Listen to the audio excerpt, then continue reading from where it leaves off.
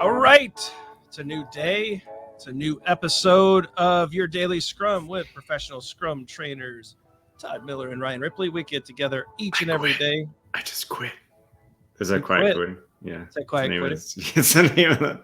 I thought I'd start with a stupid joke. So, yeah, today we've got kind of just a work topic, and it's not necessarily related to Scrum, but I think it's going to impact teams all over the country and the world. And so this is a new phenomenon, and there's a lot of articles out about it.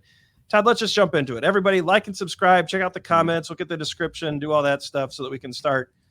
I want to start with just what is quiet quitting? This topic has popped up quite a bit. And Todd, this time I have a definition. Do you have a definition? Because I did a lot of Googling to see if there was a straightforward definition. So I'm interested in seeing what you found. Here's a terrible definition from fortune.com. So quiet quitting involves doing the bare minimum at your job instead of going above and beyond to succeed. So we'll start there, right? So doing the bare minimum instead of going above and beyond at your job. I think that's a horrible definition. It's absolutely horrible. Quiet quitting is actually a really weird term. So I don't think this is anything new, is it? I don't think so. I think quiet quitting, to me, after reading about it, I think this term doesn't really make very much sense at all. I think what they really mean is kind of checking out from work a little bit. Yeah. Right. Maybe checking out. Maybe you were working really hard and just don't feel like doing it anymore. Or maybe you're paying attention to things outside of work for a bit. Is that sort of the way you interpret it? Yeah. I mean, maybe it's just you're still doing what you need to do, but you're not really plugged into this whole hustle culture. Like you're not, doing the 8 to 8, trying to earn that next promotion. It's the way that I frame this up. And this is kind of how I managed my career up until we opened our own company. And I think you and I do this really well still today. I think you just have to set, when you're an employee, solid boundaries for your job. And for me, I have children, right? You have kids, Todd, and you and I both are very active in our kids' lives. We do a lot of things with our kids. And so when I was an employee at companies, it was, look, I'll be here at 8 and I'm going to leave here at 5. And that's when I work. And I'm not guaranteed to be looking at my phone. I'm not guaranteed to be on my laptop. If there's a release or a deployment that's happening, and we know when that's happening, and I'm expected from this time to this time outside of those boundaries to be available, I'm in. I'm a team player. But you have me. You're paying for me from 8 to 5, and I'm going to do my job within those boundaries. But otherwise, I have a wife, I have kids, I have other things. Is that what they're calling quiet quitting now? I think maybe setting boundaries. Something that came to my mind was working smarter, not harder. Remember, that's a big phrase. So rather than saying yes to every meeting, right? Really questioning whether you should be there or not so you can get your work done. Try to find ways to be more efficient in what you're doing so that you're working smarter, not harder. An example of that is designating times to do emailing, right? Instead of just responding as soon as something comes in. I used to close my email window and only check it first thing in the morning, midday, and towards the end of the day. So I think there's all kinds of different ways that you can work smarter, not harder. Now, there is a reverse side of this that I think we should really, really discuss here. And that is just flat out being lazy at work. Yeah.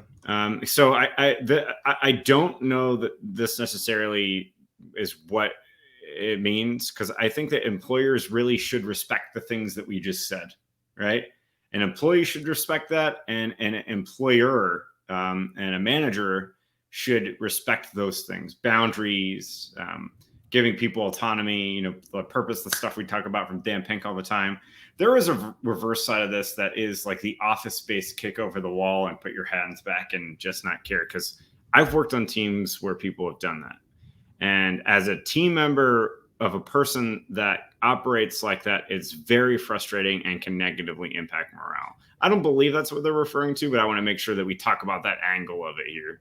Yeah, I think when when you set that 8 to 5 boundary or 9 to 4, whatever it is that the boundary you set, during that time, you're expected to be awesome. You're supposed to be competent. You're supposed to get your work done. You're supposed to be a good teammate. Mm-hmm. But after that time, I'm a dad. I'm a husband. I'm a friend. I'm a aspiring pickleball player. I'm a bunch of other stuff, Todd. I'm not working, right? Mm-hmm.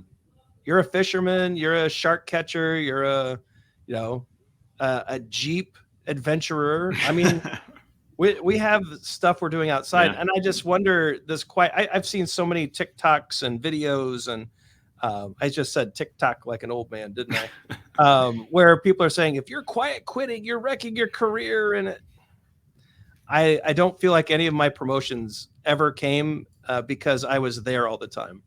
Yeah. My work was good and I showed a high level of competency. And when I was at work, I worked hard and I did what I needed to do. And then I left, and it never held me back. I actually think this is part of the manifesto, right? Agile processes promote sustainable development. The sponsors, developers, and users should be able to maintain a constant pace indefinitely. How do I do that if I'm 14 hours a day, every day, above and beyond all the time? That's not sustainable. It isn't sustainable. And, I wonder if the people that got into that side of the hustle are eventually just burning out, and that's what's happening. Right. Because I've seen people do that. I've seen people come in, new job, charged up, work their tails off for 2 years. And then all of a sudden they're like drooling at their desk and they can't do anything. They're not effective anymore. Their ideas are gone. And quite frankly, they're miserable. So that could be it. I think there's a middle ground here. I think, like you said, you and I were talking about setting clear boundaries, that you have life after work, right? Managing your time yourself, right? And I think it's up to leaders to provide clear purpose around what we're trying to accomplish. So I think the boundaries put this back on the employer a bit, just as much as I do the employee. Yeah, I think it is bidirectional. And I think what's interesting too, Todd, how many times have you seen a person where they start just showing up, they get in at 8 and they leave at 8, and then when they decide, well, I see this in a lot of recent college grads in the office, right? Like you said, they're going hot and heavy. They're trying to establish themselves, and then they find a significant other, and they start dating, or they get into a club or a hobby, and they start leaving at 5, and they start getting yelled at. Or there's a perception that suddenly they don't care anymore, or that they're lazy. But the person who established boundaries earlier, in at 5 or in at 8, leaving at 5, no problem.